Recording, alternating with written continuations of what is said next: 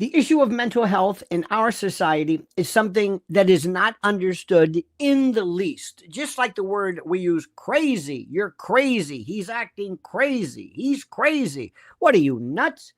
You're crazy. These people are crazy. What is mental illness? When does it become a problem? For virtually my entire life, since I was a psych major in criminal law, insanity defense is not guilty by reason of insanity, you name it, the human mind is what fascinates me. Remember, neurology, psychiatry, neurology, hardware, psychiatry, software, operating systems. That's the thing. What is and is not mental illness? What is and is not a fad? What is and is not a group of people collectively saying, we're going to believe this? That was a time years ago where there were people who were involved in this My Little Pony thing. I don't know what that was about. I have no idea, but I'm telling you, there were more people involved in My Little Pony than you could ever imagine. It blew my mind. Is that mental illness? No. It's a kind of a choreographed, performative, what have you. But then we get into things where all of a sudden people are saying, you can appreciate and enjoy this notion called transgenderism. And there have always been transgenders since the beginning of time.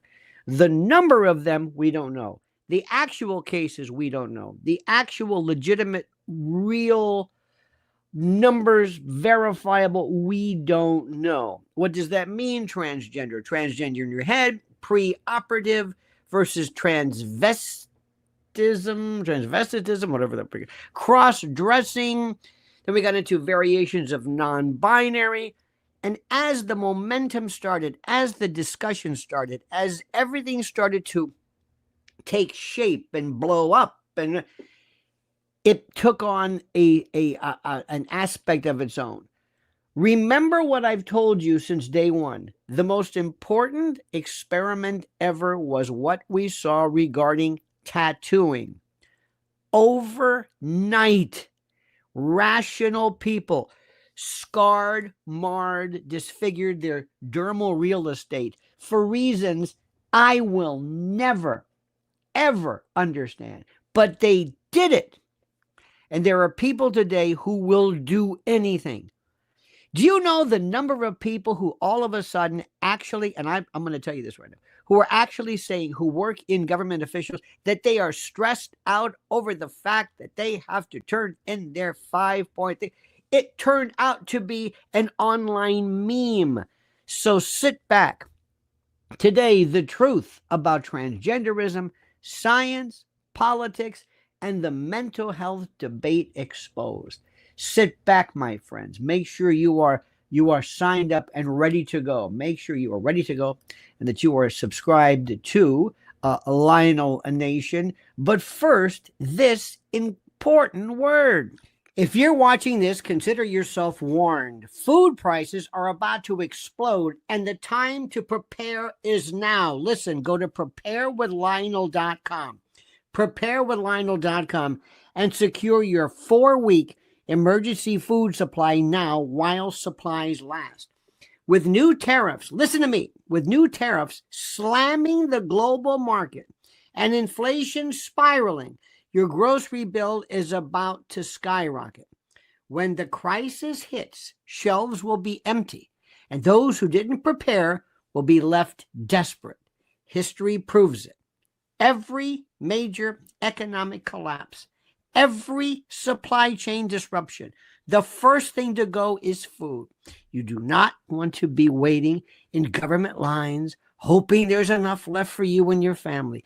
This 4-week emergency food kit delivers over 2,000 calories per day, ensuring you have the nutrients you need and your family needs to weather the storm. It's fortified for survival, packed in rugged, long-term storage containers, and can last up to 25 years. So when disaster strikes, you'll be ready. Order today and you'll get 4 free 72-hour food kits. That's 12 extra days of meals at no cost. The regular price is $346.80, but right now you get it for just $247. Don't wait until it's too late. Go to preparedwithlionel.com, preparedwithlionel.com, and lock in your emergency food supply before the real panic begins. All right, my friends, let me explain to you a couple of things which is important and critical. First, recent events in the U.S. Congress, as you know, have once again brought attention to the ongoing political battle over what we call transgender rights, with Representative Sarah McBride of Delaware and Representative Nancy Mace of South Carolina at the center of the controversy. Now, during a recent House Foreign Affairs Subcommittee hearings, tensions flared, as you saw, when Representative Keith Self of Texas misgendered McBride, and we have all of this with our sound working today, as Mr. McBride. Later on, she responded with him as Madam, but nobody caught that. Now, the incident led to an immediate reaction from Democratic colleagues who frankly had nothing to say, nothing on their agenda, nothing important, but they were very upset because McBride had been addressed incorrectly. And rather than correcting himself, Self ended the session abruptly, fueling outrage from those who saw it as an intentional provocation. In response, Congressperson McBride stated that certain Republicans appear to be so obsessed with her gender and her gender identity that she seems to live rent-free in their minds and that they are crazy. They are weird. They are strange. The latest incident follows months of escalating clashes between Nancy Mace, who made McBride a frequent target in her rhetoric. Mace previously, as you know, introduced a resolution to restrict transgender individuals from using restrooms that align with their gender identity within the Capitol. And this was, of course, a move widely seen as directed at McBride. Gee, I wonder why. In statements leading up to the resolution, Mace repeatedly, get this, misgendered McBride and insisted that he would not allow whatever McBride to use women's restrooms in the building. And her comments, of course, received sharp criticism from Democratic lawmakers, including AOC, who, of course, accused Mace of using the issue to stir up division and enmity rather than focusing on real policy concerns that they're worried about. So Mace fired back, saying she enjoyed living rent-free in Ocasio-Cortez's mind, and the back and forth, and this. Now, the ongoing confrontations are nowhere soon to be over. The confrontations between McBride and Mace and other Republican lawmakers illustrate the broader cultural and political fight over transgender rights that exist in a population faction so tiny, so absolutely minuscule, nobody can even hear them. This never, ever, ever appears or affects our life. We don't have anybody in our family. We don't see this in real life. It doesn't exist anywhere. It doesn't exist. It is a manufactured, deliberate, psychologically centered focal point to cause and inspire dissent and waste our times. And I say to me, listen to me, embrace it. Embrace it. Yes. You want this argument? You got it. You want to talk about it? You got it.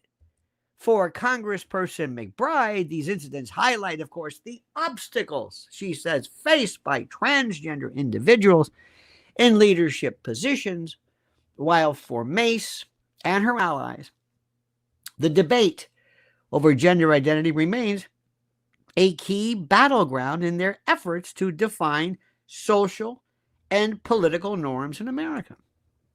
And of course, you must understand recent events in the Congress have, of course, brought attention to this ongoing political battle over transgender rights, which, let me say this again, does not exist anywhere. Has this in any way affected anything? If I ask you, have you been affected by crime, inflation, illegals?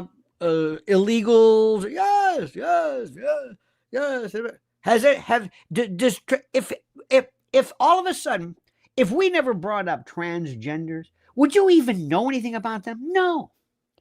Would we have seen so many of them? No. Have we inspired these performative transgenders? Yes. If tomorrow you, as a joke, said, there's a new trend. We've seen this with people eating Tide Pods and eating cinnamon and Subway surfing. Tell people what to do, and they will do it. The battle over transgender rights with Representative McBride, and I will call her Sarah or her, it doesn't bother me in the least. I have been through this my whole life. I don't care. I'm not going to ever lose my groundwork, my positioning, because I won't refer to you. Look, we've been through black names, Negro, colored, Afro-American, African-American, people of color. We've been through even the name of undertakers and gravediggers and morticians and funeral directors and and thanaticians, from the Greek thanatos. That will be in there. I've been through this before. We love to change it. I don't care. Whatever you want to call it. Doesn't matter. I will never, ever, I'm not going to cheapen. I'm going to give you whatever you want. Argue the point, but say, you want me to call you Larry? I don't care. I don't care.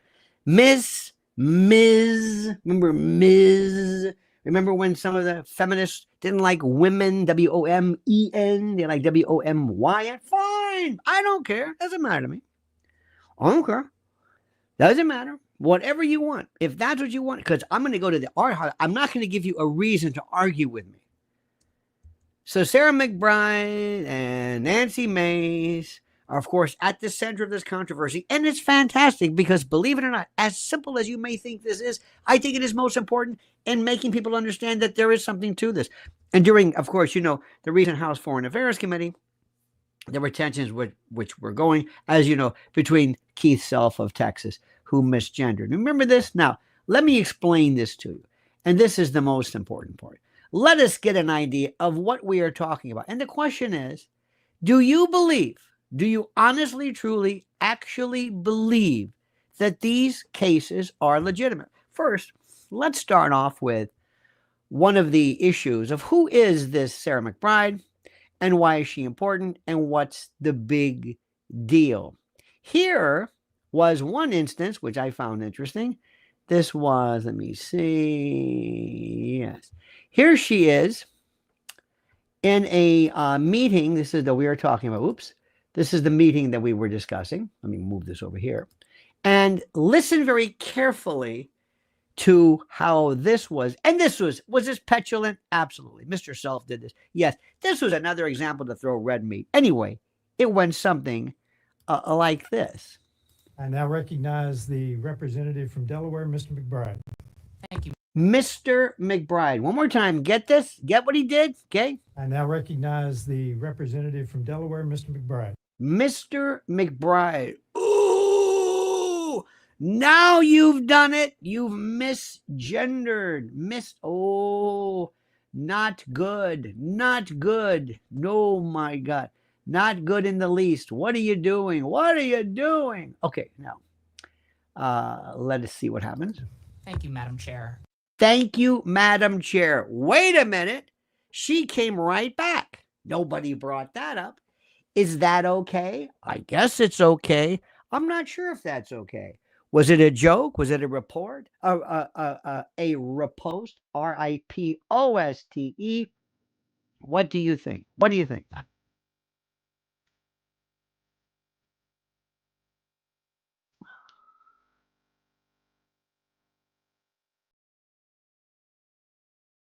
Yes. He should have said, well, what do you mean? What do you mean? What should I do? What's the problem? What seems to be the problem? He just assumed he knew what it was, thus verifying the hint and the suggestion that it was deliberate and mean-spirited and blah blah blah.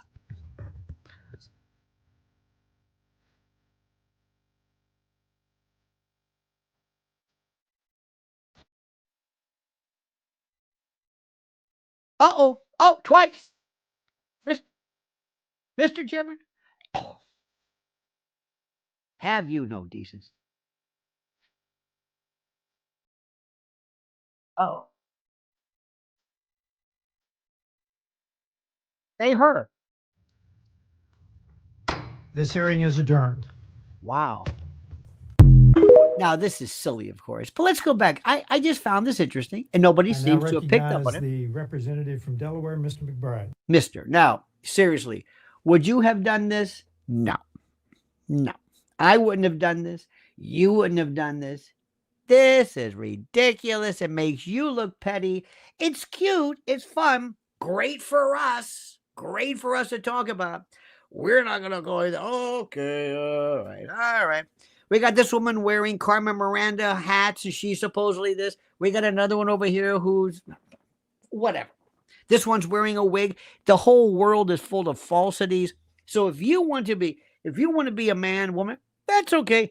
I'm not going to give you the opportunity to argue against me because I didn't give you this irrelevant courtesy of calling you that. Okay? I'm just gonna tell you that. Okay? All right? I'm just gonna tell you. But this is the part I love the most. Thank you, Madam Chair. Thank you, Madam Chair. Ooh.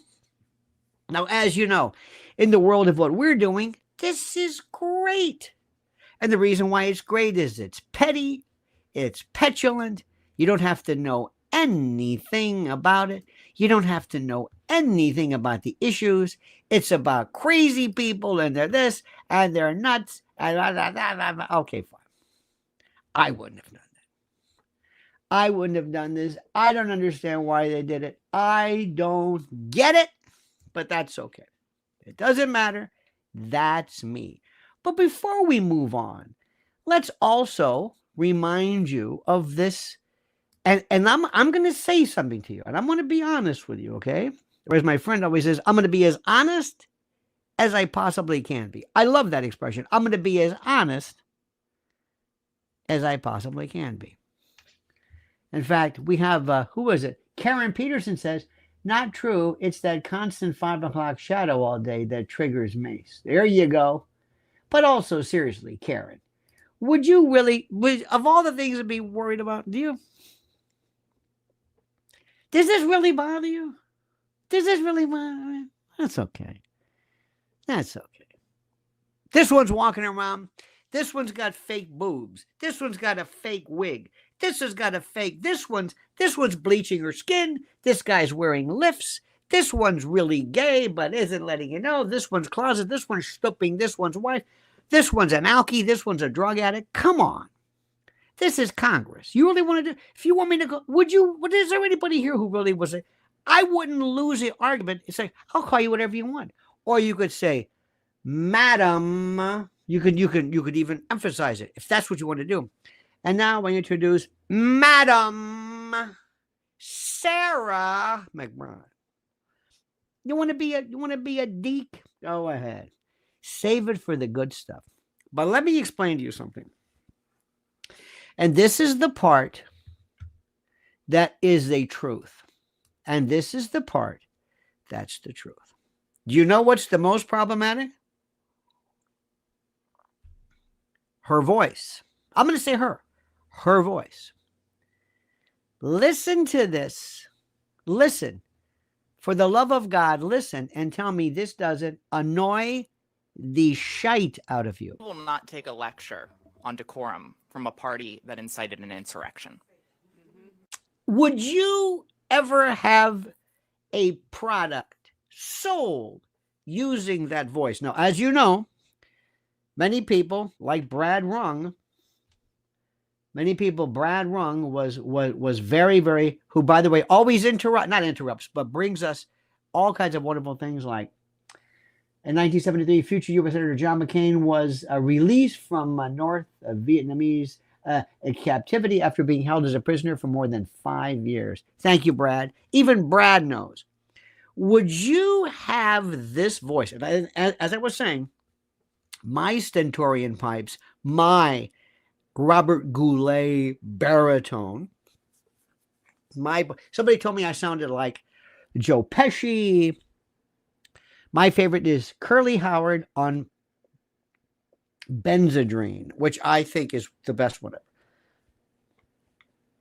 And interestingly enough, my voice has been the greatest asset in the world of radio, because people would say, I know that guy. I know that.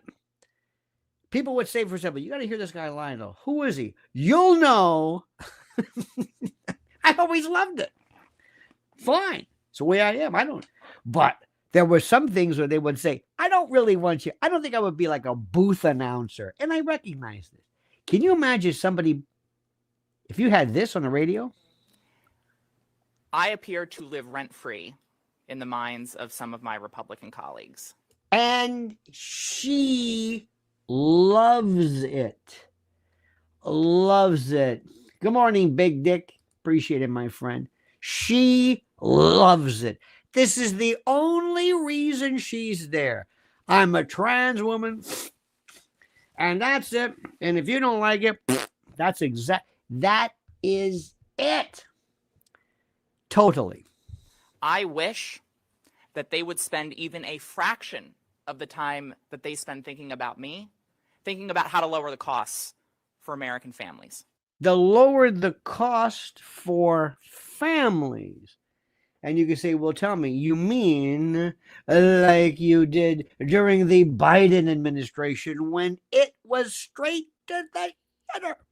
But that's okay. Now she's interested. She had this worked out, but that's okay. But we're not done yet. We're not done. We're not done. Wait. We're not done. Wait. I wish they would spend a fraction of the time that they spend thinking about me, figuring out how to make government actually work better, rather than making it work worse in order to prove that government can't work. That's not right. That's not right. I think Doge is trying to make government work. They are obsessed with culture war issues. No. And you see these women behind? I promise you, if you gave them a few drinks and said, listen, do you really consider this a woman? Hell no. Do you know? And I'm going to say something, which is, I don't want to be mean. Do you know, ladies, how mean women are to each other who are women? How do you think women are to women who are men acting as women? All right? That's all I'm going to tell you. Okay? The Republican Party is obsessed with culture war issues. She thinks this is a culture war issue. It's weird and it is bizarre. Women, we are weird and bizarre. Listen to this. I'm going to throw myself in this, okay? It is weird and it is bizarre. Weird and bizarre. And the American people deserve serious legislators. Serious people, and serious discussions about a serious issue such as transgenderism. Serious elected officials. Serious elected officials who take their jobs seriously, who don't live in fantasy world or seriously, because you don't need any more of this weird stuff. Who are focused on bringing people together. Look at these two in the back. They're wondering, what the hell are we doing here? To deliver real results for the American people. Not to play games and not to engage in schoolyard taunts. Schoolyard taunts. Oh, yes. Oh, they have so lost this. It's not even funny. They have absolutely. Now, let me explain it to you. You you have got to understand a couple of things here. You have an obsession with things that are weird. You just don't understand that this is just an alternative means of living. You don't understand this. You've got to, I'm sorry, I don't want to be mean, but you've got this obsession with these people. Let me give you an example. Think about it. Why is this such a roadblock? Absolutely. 100%. What is your problem?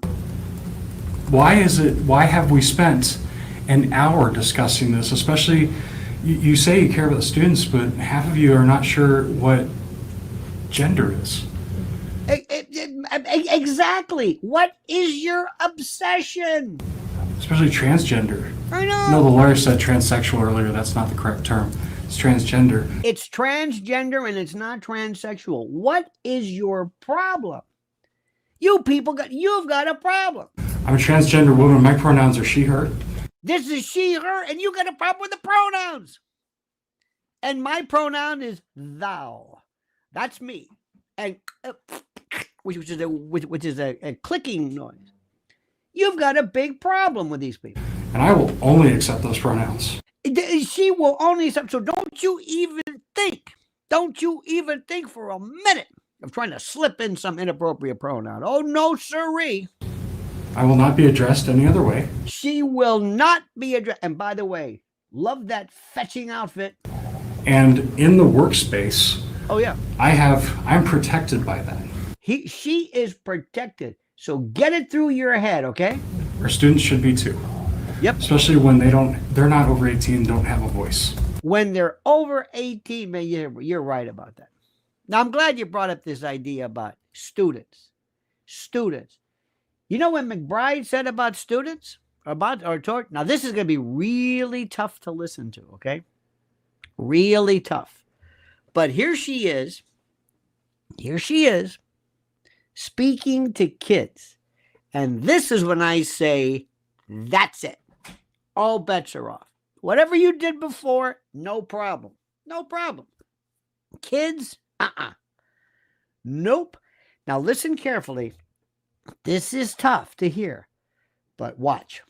She went with her family to the doctor, and the doctor said that she's a girl. Now look at look at these little kids, and there's one little boy in the lower left corner who kind of looks around like, what the is this? Looking at you for help and guidance. Is this okay, adult? And everyone should see her and treat her like a girl. Now watch. Right? Lower left. Say that they should call her Jazz. Hang on. And they should what is treat this? her with respect and be what the hell is this? Can I ask you one? He's looking around like, is anybody seeing this? Is this? Do you think what's going on? Kids. More question. Jazz and friends.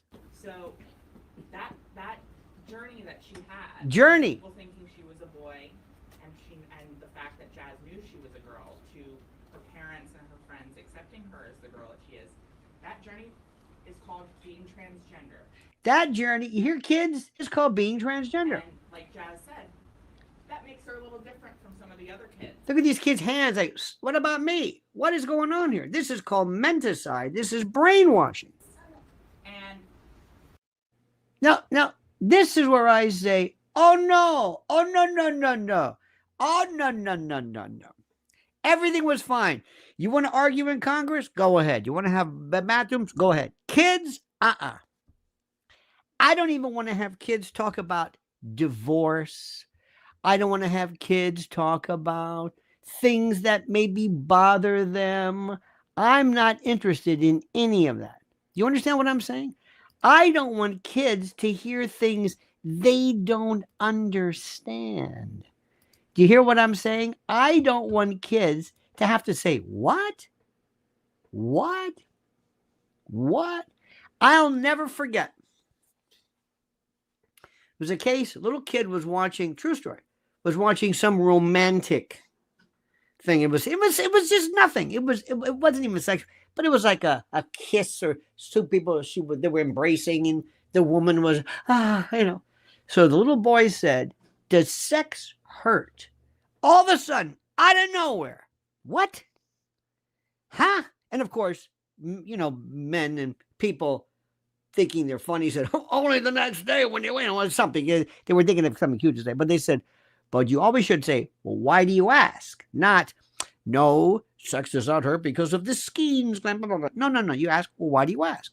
And the reason why the kid asked was because she's making those faces like she's in pain. The child did not understand ecstasy and didn't understand that. They don't understand what their favorite color is.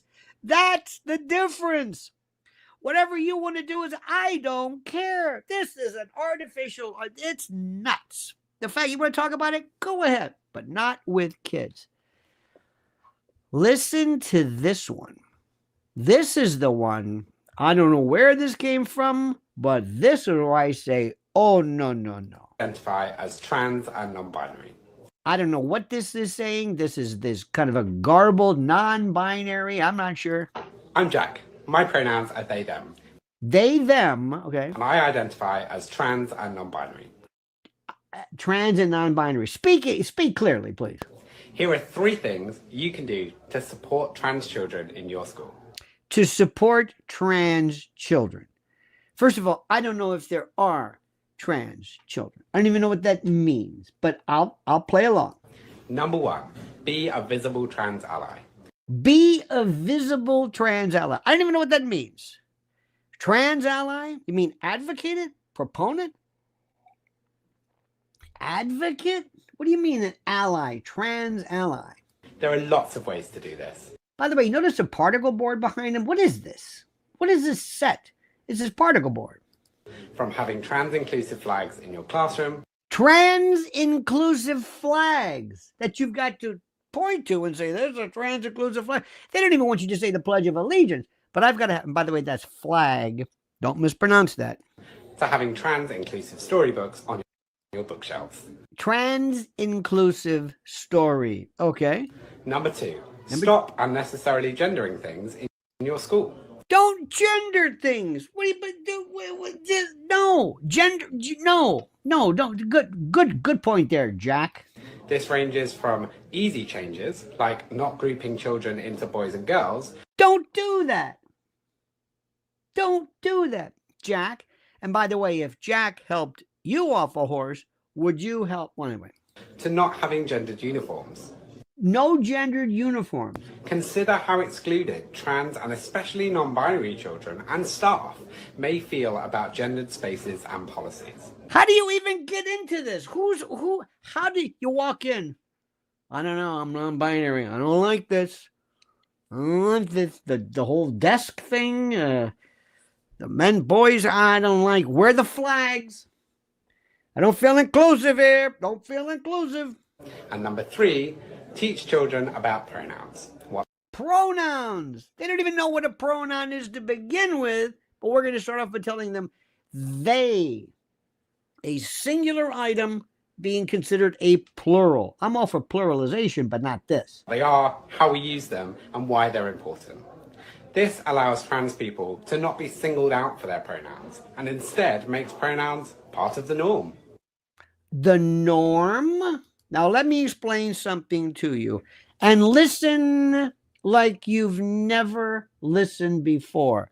President Trump, whoever is your political ally, your political strategist, this is the message that Americans will understand. This versus sanity. You can talk all day long about, hey, did you see a lot of fires at this? Hey, did you see Trump Plaza? There was a Palestinian, and they're having peace talks in Turkey. Got to make sure we do something to work out our fractionalized world geopolitically. Oh, you're right. Inflation is. How about teaching kids? What? Transgender. What? I would, you think I'm kidding.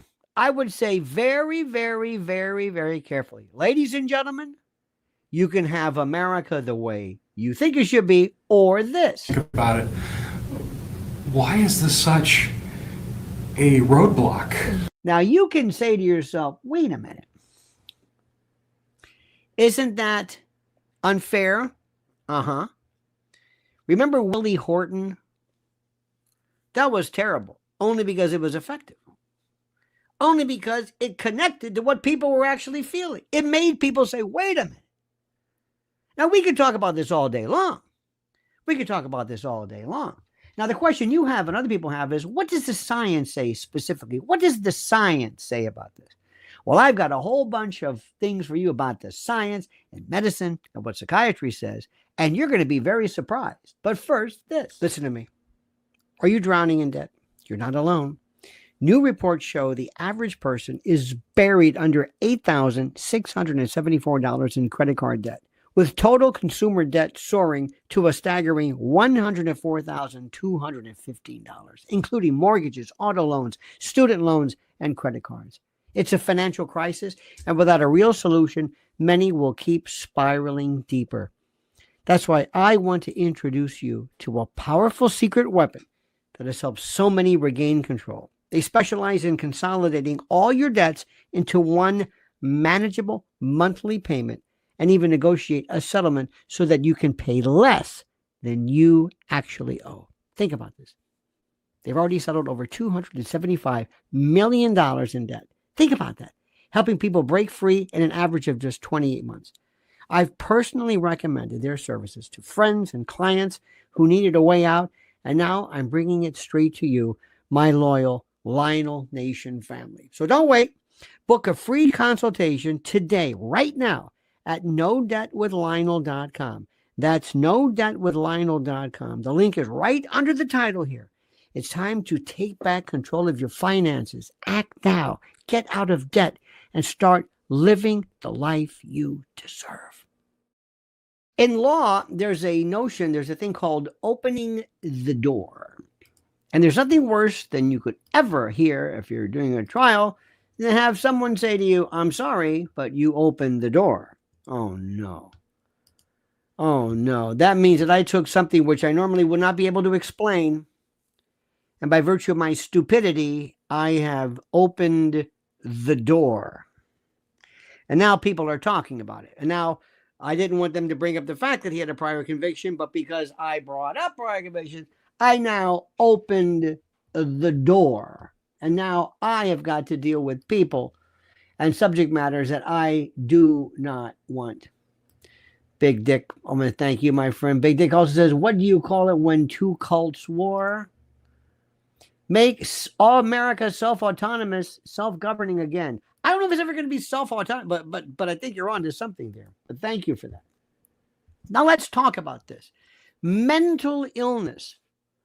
I do not believe that these individuals are mentally ill. Okay. They are not. I believe this is called performative. I don't think they have any. It's like somebody who decides, I'm going to wear my hair in a mohawk or wear. It's not mental illness. They know where they are. They don't hear voices. They're not. But is what they're doing legitimate? Absolutely not. So transgenderism, is this a normal variation or a mental illness? This is what people are asking. Now, the science says it's not what the left wants you to think.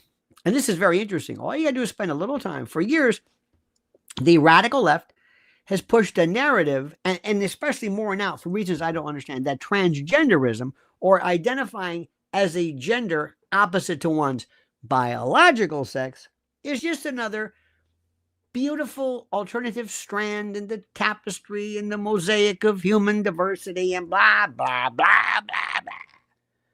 They've screamed bigot at anyone who dares question this dogma, this truth, insisting that it's a natural thing. And a variation is being left-handed, having blue eyes, right?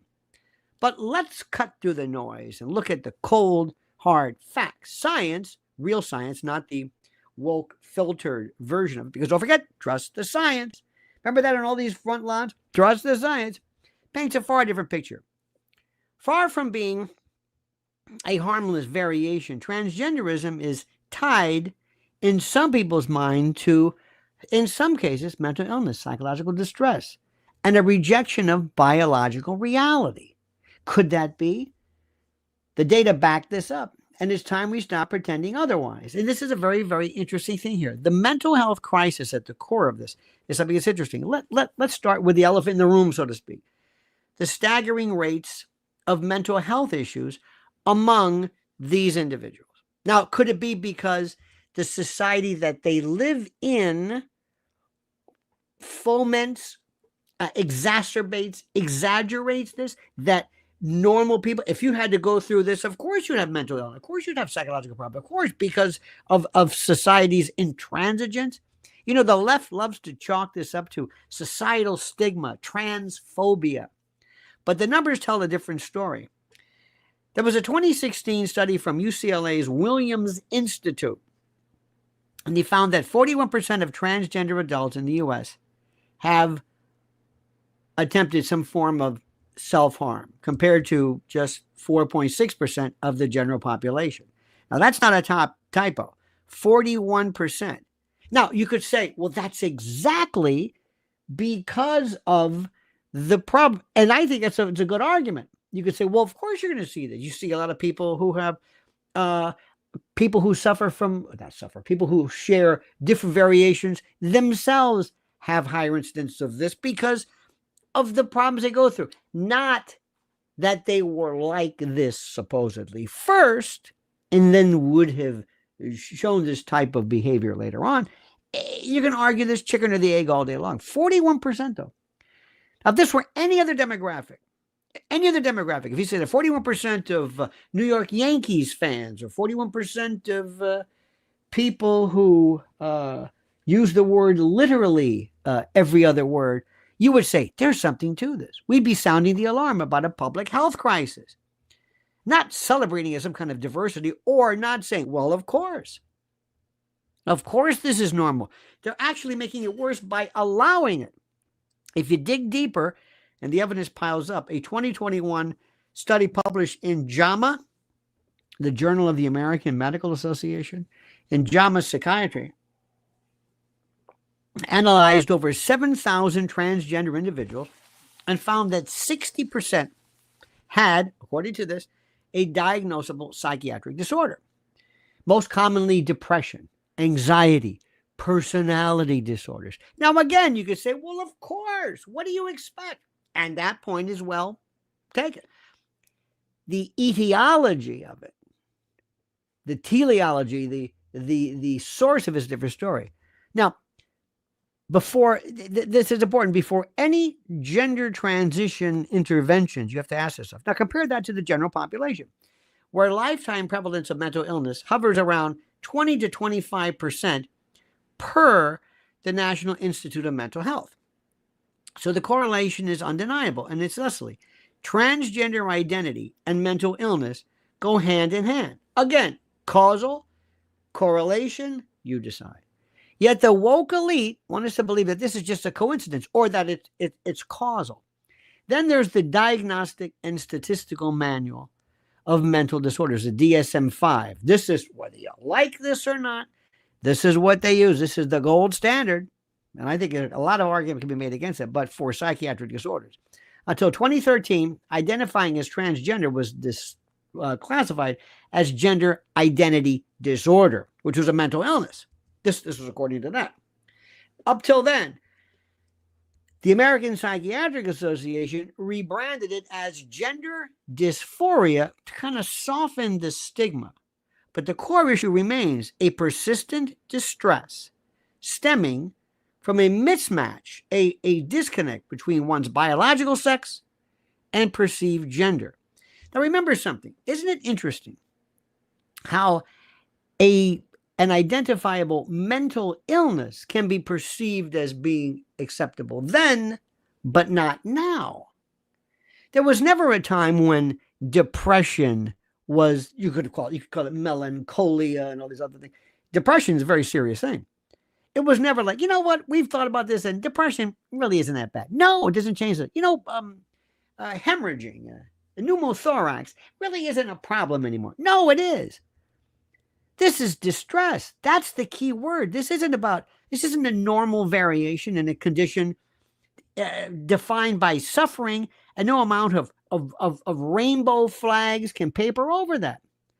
Biology doesn't bend to feelings.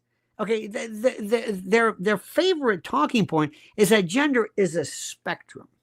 It's untethered from biology and reality. They'll trot out fringe studies about brain scans or hormone levels to claim transgenderism is innate. But let's get real here, okay? Biology isn't a suggestion. It's a fact. Every human cell screams male or female down to XX or XY chromosomes. A 2019 study in Nature Communications confirmed that sex-specific gene expression patterns are hardwired from birth, in essence dictating everything from skeletal structure to reproductive organs. I mean, you can't feel your way out of that. And the brain argument, very interesting. It's, some people would say, flimsy at best. A 2016 review in the New Atlantis by Johns Hopkins researchers, Dr. Lawrence Mayer and Dr. Paul McHugh, destroyed the idea that transgender individuals have, quote, female brains in male bodies, or vice versa. After analyzing decades of neuroimaging studies and the like, they concluded that there is no consistent evidence of sex atypical brain structures in transgender people. What did they find? High rates of co-occurring mental disorders like depression and schizophrenia that might explain maybe the distress driving gender confusion. This is not my idea, theirs. In other words, it's not biology creating transgenderism, it's psychology. And don't forget the hormones. The left claims that atypical prenatal hormone exposure might prove transgenderism. It's very interesting that it's natural. A 2020 study in Endocrine Reviews found no conclusive link between fetal testosterone or estrogen levels and later gender identity issues.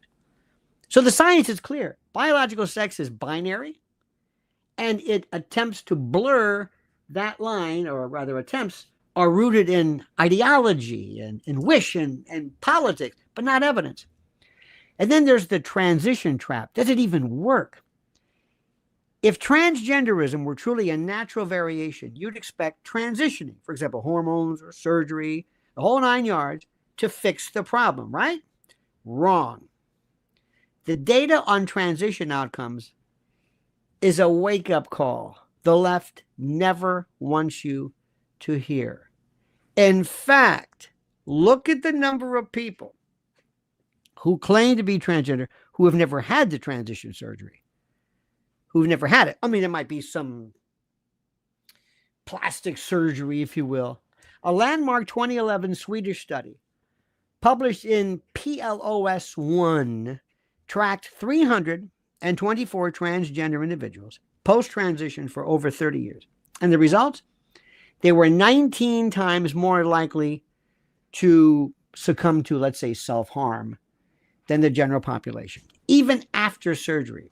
And their rates of psychiatric hospitalization and some forms of violent crime also skyrocketed compared to controls. So the question is, if transitioning aligned them with their true selves, why are they still drowning in despair? From this study, in 2019 study in the American Journal of Psychiatry, initially claimed that transition reduced mental health issues until it was corrected in 2020 after researchers admitted their data was overstated. So the revised results, no significant long-term improvement.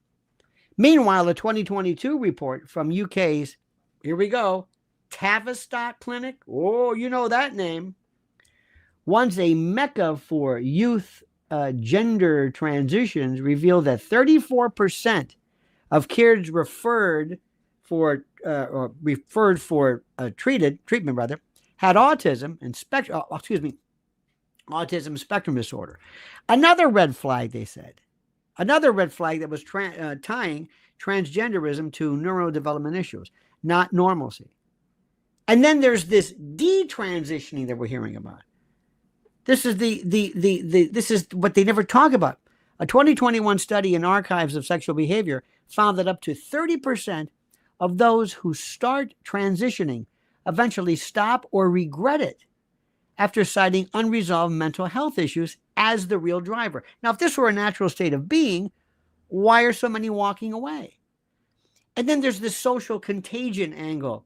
Here's where it gets even more murky. Transgenderism isn't just a personal struggle. It's a cultural epidemic. There was a 2018 study by Dr. Lisa Littman in PLOS plus PLOS1.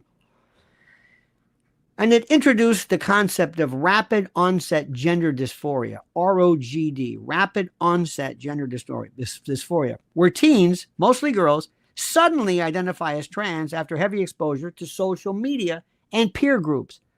No prior history of gender issues, just a plunge into TikTok echo chambers and, activist propaganda. So Littman's research showed that 62.5% of these kids had pre-existing mental health diagnoses like anxiety or depression before their trans identity emerged. Is this a coincidence? It's hardly, many suggest. It's a classic case of social contagion, like anorexia or whatever. So the bottom line is simply this, and we have to ask ourselves, what are we really doing here? What are we doing? We have to ask ourselves, is this, and you can go on, the studies are, I'm not going to go through this forever. I couldn't believe this. I couldn't believe. There has to be something here. There has to be a balance. First and foremost, there can't be bigotry of people in this country. I'm sorry. A Big Dickie says he's a born thespian natural actor. Thank you. George at the Lake says, here in North Cal, our Christian hospital has removed all portraits of Christ healing. All single bathrooms have been unisex, and posters of services posted all around. Karen Peterson says, if we keep blurring everything, our society is over. Well, but you got to understand this one aspect, which I appreciate. It's the notion of how much of this is peer oriented, how much of it is focused, how much of this is TikTok pushed, especially when how do I say this? Transitioning causes dysphoria. Again, I understand we're throwing words around. The bottom line is simply this. If you want to talk about this,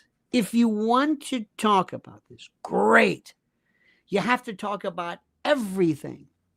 These people have no problem when I say these people, the left, the radical left, whoever it is. And I submit to you that there is a de minimis number of people in the radical left who actually go along with this. I absolutely, positively believe that. Absolutely. I do not believe that this is a niche consideration. But the question that I have for you is simply this. Everything is fine unless you talk about children. Whatever you want to do. If Sarah McBride wants to be, fine. You want to be called ma'am? Fine. Whatever you want. It doesn't matter to me. You're an adult. You can transition. You can do anything you want. This is America. Go ahead. That's not what we're talking about here. There seems to be this recruitment part of this. We want to spread this. And the bottom line, I don't care what anybody tells you. The bottom line is simply this. This isn't right when it comes to kids. And this is something that you have to realize. And it's not just a matter of sitting back and saying, oh, that's crazy. I don't think people are crazy. I think there is this weird concept, this notion, this very interesting notion of how it can be almost kind of like crowdsourced. You know what I mean? This crowdsourcing, this social, this notion of ROGD, this routinized TikTok world of rapid onset gender dysphoria. Let me tell you another example. The number of people, and I didn't know this, but we had a friend of ours who, I guess you'd say lesbian, though that word for some reason been lost. We knew someone whose daughter, I think, went to college, and lo and behold, became fluid. I don't know if they say fluid anymore. I'm not even sure. Fluid, found the woman of her, intimacy, whatever it is, and lo and behold, came out as fluid. Okay. Our friend, who was a lesbian, said, "Oh, that's college. Everybody does that. So everybody, you watch what happens." And I don't know whatever the story was. I don't know if there was any kind of resolution of this, but the bottom line is simply this. And this is critical. When you are in a world that is throwing all kinds of things at you, especially in a world now where you, on your phone, on your device, are susceptible and able to see things nobody would have ever seen in prior generations. Pornography, pictures, ideas, people, music. You are blasted. Sometimes women would go to college for the first time, hang around women that were from small towns or places where all of a sudden you're into this liberal arts stuff and you're in classes and you're talking about Susan Sontag. Blah, blah, blah, blah. And whoa, even that could maybe open areas of experimentation or open. Fine. What's happening now is when you have a kid who is all of a sudden looking at somebody who has teeth filed down to a cat's, but whatever this particular thing is, whatever it is, you got to ask yourself the question. Think about what this will do. It's the old drinking from a fire hose. I hate to explain it, but all of a sudden you are just. So with that in mind, and with this performative, rapid onset, gender dysphoria, all of this stuff, people watching this, kids and their parents watching, "Mommy, who's that?" "Well, that's her." "What is it?" "Well, she was born." Are people? I never heard any of this when I was growing up. Never. Later on, I heard about Renee Richards, the tennis star, Dr. Renee Richards, Christina Jorgensen in World War II. They even played a little bit with Klinger, but Klinger wasn't legit. It was we never heard of this. It was theoretical. We heard more about unicorns than this. What do you do when you have kids? What do you do when you have kids who are listening to this? I wouldn't let somebody talk to kids about divorce. With 50% of divorce, I guarantee you the chances of kids coming into contact at an early age with divorce is a lot greater than coming into somebody who's non-binary or whatever it is. But I wouldn't even do that, because then they're going to get scared, because they're going to say, "Is Mommy and Daddy, they're going to leave?" Because kids don't understand. They worry. Remember the movie Home Alone? Remember this? Home Alone. We thought it was a great movie, right? It's kind of funny. Until kids, I'll never forget this kid sitting in a movie theater, turning to his parents and say, "They are coming home," right? Because to a kid, abandonment is one of the worst things ever. How about when you were a kid and you saw Bambi or Dumbo, or freaked you out? I saw Old Yeller. I do not understand how they took out Old Yeller because he was sick. And I asked my father, "Well, why don't they take him to the vet?" And they said, "I don't understand it. I don't get this. I don't understand this. I don't understand how this happens. We're doing this to kids. There's a recruitment scheme. And when you have this woman, I'll be damned. I wouldn't talk to kids about jail, police, maybe other than the police are here to help you. I wouldn't sit. Can you imagine sitting in a room full of kids and you're telling them, oh no, this is normal. This is normal. And my boy, maybe I'm a boy. I don't know. I told you this story and I'm going to tell you again. This is important. There was a teacher one time who said there was a student who had diabetes and type 1. And this child had to use the restroom more than usual. So they told the child, listen, if ever you have to go, don't raise your hand. Just get up and go and that sort of thing. And I'll explain to the parents or the students. And the teacher, I forget the grade, 4th grade, 5th, who knows. But the teacher said, now listen, little Marmaduke over here has a condition called diabetes. And sometimes he has to go to the restroom. And when he does, I've given him instructions that he can just go and come back. Because you know how kids are, Mr. Johnson, Marmaduke, is, you know, they rat each other out. So the teacher very carefully said, and I am going to, you know, warn you of, so don't worry about it. And the teacher said, I gave one of the best descriptions to my class about diabetes and everything's fine. Okay, fine. The next day, the principal calls this teacher and says, what the hell did you do? He said, what do you mean? All my parents are calling me. And they're telling me that you told them their kids have diabetes. And he said, what? I didn't say that. And he says, don't you understand? They're kids. And I've never forgotten that. They don't understand.